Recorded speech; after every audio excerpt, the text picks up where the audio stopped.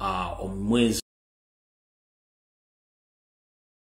mumabega agukomekereza olunaku lwaleero era njera bategeza bana Uganda mwenna nti olwaleero amasere amamboka Kawempe gafunye ombako omujjuvu nga ye Elias Nalukola oluyimbazi oluvannyuma lw'okumala okuluma ogwagulu n'ogwa wansi okumuyisa mu mbeera yonna esoboka naye olwaleero alayidde bulungi nnyo era kati mbaka mujjuvu owa Kawempe North. So congratulations Honorable Elias Nalukola ku lw'abantu b'e Kawempe naawe kennyini saako n'ekibiina kya National Platform tukuyozaayoza webanyo balire ddala naye olina okubeera omwegenza bintu bino wammanga nga ngenda okuzanja okulayirako. 1 njala bakuweza obubaka buno Kanso Elias Nalukola Parliament gy'oyingidde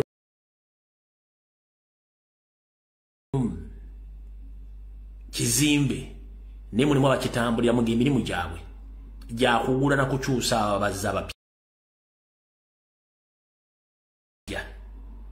Parliament eyo gy'otuuseemu mulimu abatambuliramu nga si bambe ba Parliament wabula bonga emirimu gyabwe gyakutagetinga bantu abatabaagala ababbe bataagala kubeera mu bulamu bwansi bakutega ebyokulya ebyokunywa n'ebikozesebwa nga birimu obuto ekyo njagala okitegeere ekisembayo Nalukola njagala berimu egendereza nnyo ku radio zibazzamu okukyazaako ne ba interviewer ba YouTubers abagenda okujjako interview njagala bere very very very careful. Omukyala akulayiziza face ogirabye wadde agezezaako n'abikkako naye bw'owulira toni y'olulimi lw'obadde akozesa nga akulayiza n'ebigambo bibadde byogera tubadde twogera nga tukuwa information olina okubeera very careful nnyo. Tolowooza nti buli akusekera aba akwagala. So Council Nalukola olina okubeera very careful nnyo kuba namawulire bakujjako interview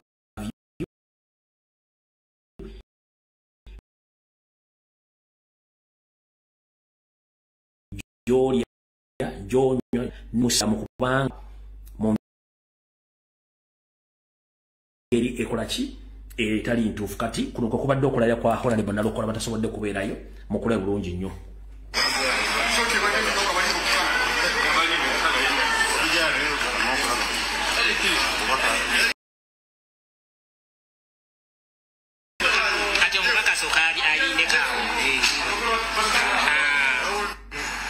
Congratulate Honorable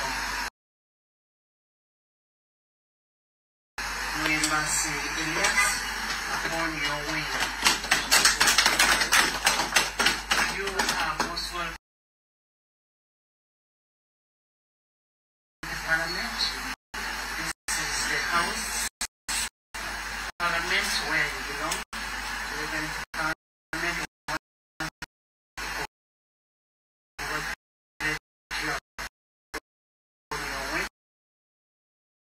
As you are aware that the constitutional government requires every elected member of Parliament to take and subscribe to the oath of allegiance and the oath of the member of Parliament as specified in the code of the Constitution. Please take note that and subscribing to the oath of allegiance and the oath of the member of Parliament can either be in the chambers when the House is in session, or it can be in the Speaker's chambers when the House is on recess. We would not want to deprive the good people of Kawempe representation because the House is on recess, and aware that we called off the House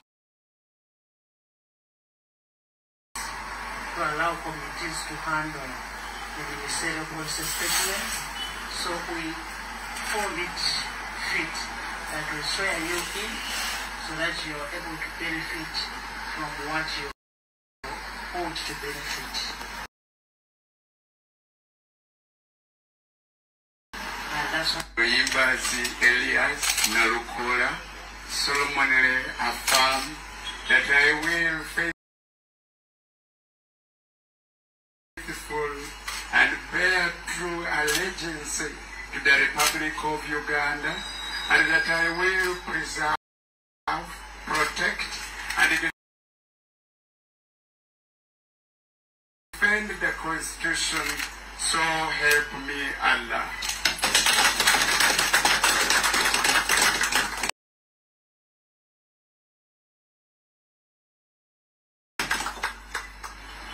I, Luyimbazi Elias Nalukora, solemnly affirm that I will give faithful service to this Parliament and support and uphold the Constitution of the Republic of Uganda as by law established, so help me Allah.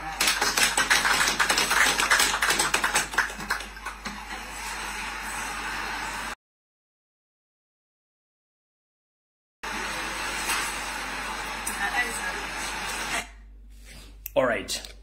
Bwe bityo bibadde olwaleero kati buno obwakabaka ofundikira ku nsonga ya kanso Nalukora. Mukulu Honorable Kanso Luyimbazi Elias Nalukora buno obwaka bwange njala butwale bulungi nnyo. Mu kaseera kosigaza akatona katawera myezi wadde 7 Already mazo okulayira okukiikirira abantu abo ngodda mbigire bya comrade munaffe Honorable Segirinya Muhammad alamu muzemirembe onawali ngenda kusaba Kawempe North yayawulamu olw'ebyobufuzi n'obuvuyo obungi ngenda kusaba nti mu kaseera kano parliament keetaliiwo n'aka kono baweyambisiza nkusaba odde mbantu kyalo ku kyalo ofune chairman w'erusu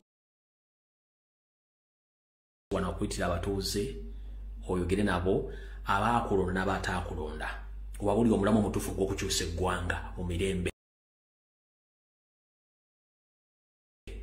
Kanso Nalukora ngenda kukusaba okole ekigambo kye tuyita gentleman's unification of the community, gentleman's way of uniting the divided constituents of Kawempe North. Otuukirira abantu abaakulonda n'abataakulonda oyogere nabo kubanga oli musajja mwogezi obategeeze ekigendwa ky'okukyusa eggwanga mu mirembe n'okukyusa obuyinza nabo bagambe nti tulina ebyenjawulo kana mu byobufuzi naye nsobola okukoboolera n'okyuka mirembe nga tuteganya wadde okulwana.